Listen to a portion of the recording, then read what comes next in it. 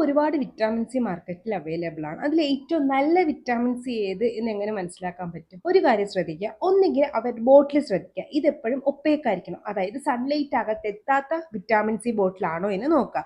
Air pump ആണെങ്കിൽ, അതായത് pump ചെയ്യുന്ന വിറ്റാമിൻ സി ആണെങ്കിൽ കുറച്ചും കൂടെ നല്ലത്. കുറച്ചും കൂടെ സമയം അത് ലാസ്റ്റ് ചെയ്യും. വെച്ചാൽ പെട്ടെന്ന് ചീത്തയായി പോകത്തില്ല.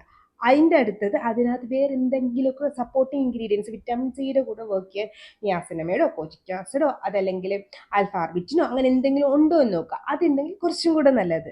പിന്നെ എപ്പോഴും ശ്രദ്ധിക്കുക, ഏറ്റവും കുറഞ്ഞ വിലയിലുള്ള സാധനം വാങ്ങിക്കരുത്. ഇന്ന് ഭയങ്കര ഹൈ എക്സ്പെൻസീവ് വാങ്ങിക്കണമെന്ന് നിർബന്ധമില്ല. ഒരു മിഡ് റേഞ്ചിലുള്ള വിഷ് കെയറിൻ്റെ വിറ്റാമിൻ സി നല്ലൊരു ഓപ്ഷനാണ്. പമ്പിങ് ബോട്ടിലാണെങ്കിൽ ഫോക്സ്റ്റൈലിൻ്റെ നല്ലൊരു ഓപ്ഷനാണ്. പക്ഷെ ചിലപ്പോൾ അതിൻ്റെ ബോട്ടിൽ പണി തരാണ്. ഈ ഇവൻ്റെ എയർ പമ്പ് ആണെങ്കിൽ ചില ബോട്ടിൽ മാനുഫാക്ചറിങ് ഡിഫക്റ്റ് വരാറുണ്ട്.